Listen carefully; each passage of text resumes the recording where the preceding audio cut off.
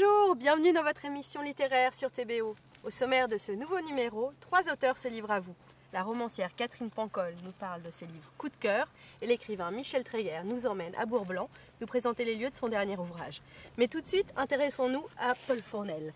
Normalien, Paul Fournel a débuté sa carrière dans l'édition, avant d'occuper des postes de direction dans les institutions culturelles en France ou à l'étranger. Il est aujourd'hui directeur du bureau du livre à l'ambassade de France à Londres. Mais surtout, Paul Fournel est écrivain. Un écrivain au style très varié, puisqu'il publie des nouvelles, des romans, des poèmes, mais aussi des livres pour enfants et des notes sous forme de journal personnel ainsi que des essais. Écoutez aujourd'hui ses confidences sur son processus d'écriture, sur les raisons pour lesquelles il apprécie tout particulièrement écrire des nouvelles et sur le mouvement littéraire Loulipo dont il est l'actuel président. En bonus, une explication sur son nom Profane Lulu avec lequel il a signé son dernier recueil, Manière douce. Paul Fournel, bonjour. Bonjour. Alors vous êtes un grand voyageur et parmi vos diverses pérégrinations, vous avez fait un arrêt de 4 ans au Caire et de cette expérience est né un journal, Poil de Carotte. Est-ce que vous pouvez nous en parler ? En vérité, c'était un petit peu, c'était pas destiné à faire un livre. À l'origine, c'était destiné à informer mes copains au jour le jour. J'écrivais un petit message que j'envoyais à mes amis, un petit email tous les matins à 99 personnes. Et c'était une chose que j'avais vue dans la journée, une chose que j'avais vécue, qui m'avait étonné, parce que je ne connaissais pas du tout la ville arabe. Et lorsque je suis arrivé au Caire, il a fallu que j'apprivoise ce monde-là que je ne connaissais pas. Et donc c'est l'histoire de mon regard sur la ville petit à petit. Et ce n'est que beaucoup plus tard que Hervé Hamon, qui était un des destinataires, m'a dit, tu sais, en fait, il y a quelque chose qui se passe à travers tous ces petits billets. Ça raconte une histoire. Ça raconte ton histoire, ça raconte l'histoire de la ville et tout. Et il me dit, il faut que tu en fasses un livre. Et donc, lorsque je suis rentré, j'en ai fait un livre. Et donc, je n'ai absolument rien touché. Ce sont les petits textes que j'ai écrits pendant 3 années, chaque matin, à 99 de mes amis. C'est tout. Poil de Carotte était en 2004 en sélection pour le prix du Télégramme, comme l'est aujourd'hui Courbature, un recueil de nouvelles dans lequel il est question de gloire, de petite gloire personnelle ou de gloire un petit peu plus grande. Est-ce pour ça le titre Courbature qu'évoque-t-il ? Oui, mais c'est l'idée que ça fait mal. Et que c'est après. Les courbatures, ça vient toujours après. Donc on a le plaisir de l'effort, on a le plaisir du sport, de l'exercice, et puis après on a des courbatures, ça fait mal. Et donc là, c'est un petit peu cette idée. C'est un peu l'idée qu'on vit dans un monde aujourd'hui où personne n'est à l'abri du succès. Il y a ceux sur qui il arrive par hasard et qui se retrouvent d'un seul coup modifiés par ça. Et donc c'est un petit peu une sorte de regard un peu à la fois amusé et un peu inquiet sur cette société du spectacle qui est devenue la nôtre. Alors Paul Fournel, vous êtes également Profane Lulu. Vous êtes l'auteur de ce recueil de nouvelles Manière douce. Comment mettez-vous l'amour au premier plan de ces nouvelles ? Ah ben, je mets que l'amour au premier plan de ces 15 nouvelles. Ce sont des nouvelles d'amour. Ce sont des nouvelles d'amour, de sexe et des caresses. Ce sont des nouvelles un peu coquines et qui mettent évidemment l'amour au premier plan, qui me paraît être quand même une des activités humaines les plus intéressantes. J'ai choisi de cacher mon nom par jeu. En fait, je ne l'ai pas beaucoup caché puisque c'est les lettres de mon nom que j'ai mélangées. Mais comme ça, par hommage à cette vieille tradition d'autrefois qui voulait que les textes érotiques soient un peu cachés, quoi. Donc aujourd'hui, on a le droit d'écrire ce qu'on veut, on peut écrire ce qu'on veut, mais il y a une tradition qui veut comme ça qu'on se cache un petit peu pour écrire des textes un peu coquins. C'est une forme qui m'intéresse particulièrement parce qu'elle est très technique et c'est une sorte de coup de poing chaque fois. Donc il y a une petite partie à gagner chaque fois qui est très intense. Je l'ai fait aussi un petit peu plus sérieusement avec l'idée que, je sais pas, on rentre dans une période un peu inquiétante, je trouve. Période un peu politiquement correcte, écologiquement correcte. Peut-être que le temps où il faudra se cacher va revenir. Donc j'ai fait ça un petit peu dans cette perspective légèrement déstabilisante. Alors vous êtes, Paul Fournel, le président de l'ouvroir de littérature potentielle, Loulipo. Pouvez-vous nous en dire plus ? Loulipo, c'est une grande année pour Loulipo, puisque Loulipo a 50 ans cette année, donc c'est un grand anniversaire. C'est un groupe littéraire qui a été créé par Raymond Queneau et par François Le Lyonnais, qui regroupe des écrivains et des mathématiciens, et dont l'objectif est de trouver des nouvelles structures pour servir de support à des œuvres littéraires. Parmi nos membres, il y a eu des auteurs très très célèbres, comme Georges Perec, comme Italo Calvino, comme Raymond Queneau, bien sûr, Jacques Roubaud aujourd'hui. Donc nous avons des très grands écrivains et de grands mathématiciens, comme Claude Berge, comme Michel Audin, qui travaillent aussi avec nous très régulièrement. Donc voilà, c'est une belle, belle aventure. Place maintenant à notre rencontre avec Michel Tréguer. Après une carrière dans l'audiovisuel à Paris en tant que réalisateur pour la télévision notamment, il revient dans le Finistère et se consacre principalement à l'écriture. Nombre de ses ouvrages traitent de près ou de loin des notions d'humanité et d'identité, telles la nuit celtique ou encore aborigène occidentale. L'histoire de la langue bretonne occupe également une place très importante dans ses écrits.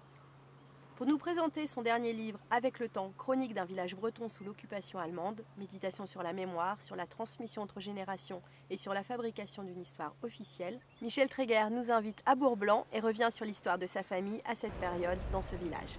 Michel Tréguer, nous sommes donc arrivés à Bourg-Blanc, lieu de l'action de votre récit. Pouvez-vous nous planter un peu le décor, nous dire comment Bourg-Blanc est organisé en 1940 ? Voilà, alors ce carrefour que vous apercevez, c'est vraiment l'âme de ce village. On voit pourquoi ce village a été construit là.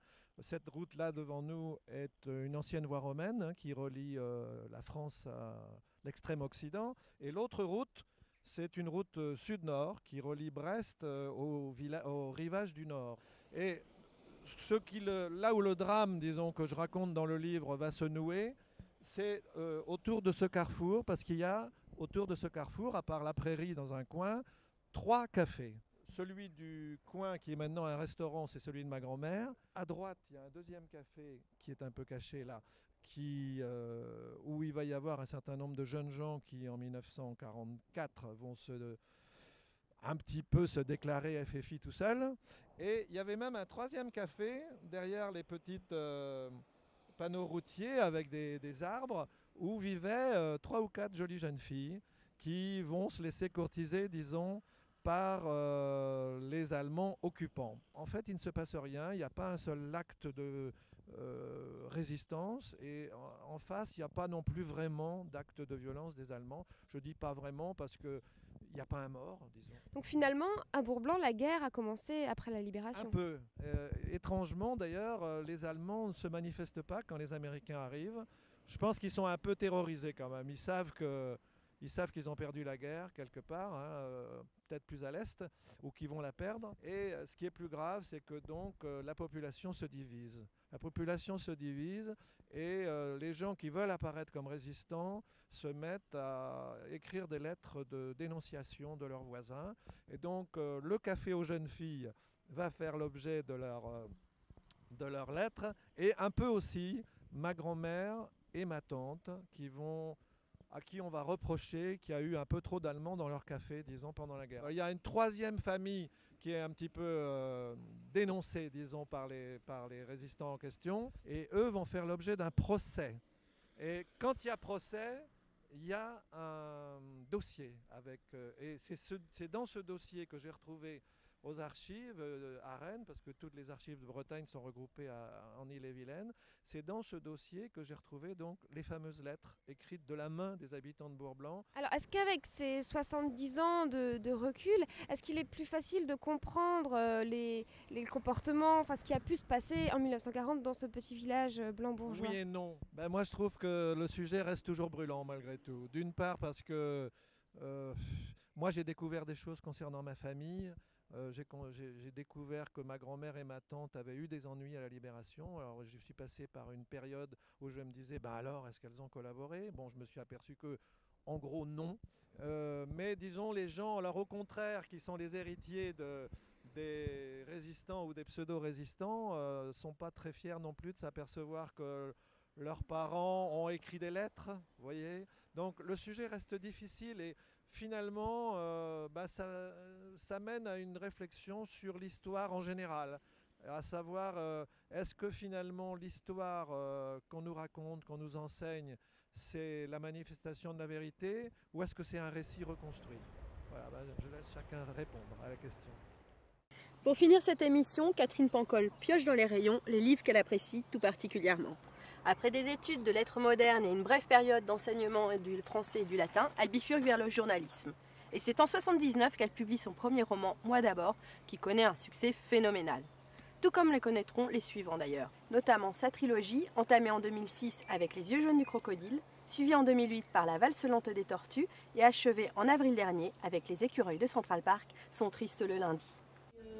S'il y avait le livre de Fante avec la préface de Bukowski qui était absolument génial. Demande à la poussière.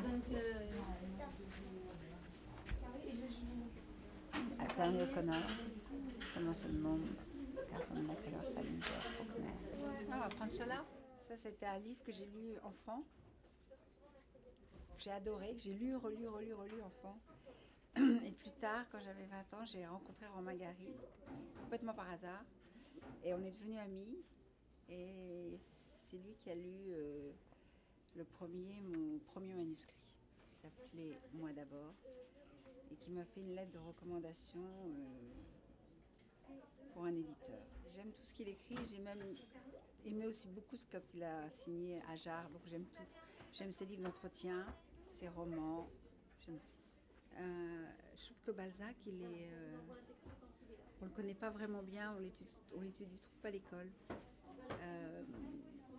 Il écrit très très bien, il connaît très bien le cœur des hommes et le cœur des femmes.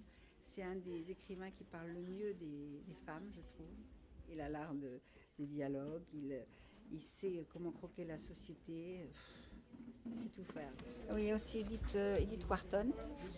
Edith Wharton, c'est Balzac américain. On ne peut pas dire une disciple parce mais c'était une collègue, on va dire, de Henry James. Et elle a écrit des romans pareils comme Balzac, avec beaucoup de notations psychologiques très très fines, un monde, parce qu'il y a tout un monde. Scorsese a fait l'adaptation d'un de ses romans qui s'appelle Le temps de l'innocence. Et c'est à la fois... on commence et on ne s'arrête plus, c'est un roman fleuve, c'est un roman avec du sentiment, les contraintes de l'époque, l'Amérique en train de se construire, voilà. Et ensuite, mon petit chéri, pour la fin, Thomas Savage, Le pouvoir du chien, je suis en train de le lire et je le lis à dose homéopathique pour qu'il dure longtemps. Tellement c'est bien. Et je stabile au boss et je relis et je sais qu'une fois que j'aurai terminé, je reprendrai la lecture. C'est fini pour aujourd'hui et heureusement parce qu'il pleut, mais rendez-vous le 8 juillet prochain sous le soleil, j'espère, pour de nouvelles rencontres, confidences et actus. Kenavo!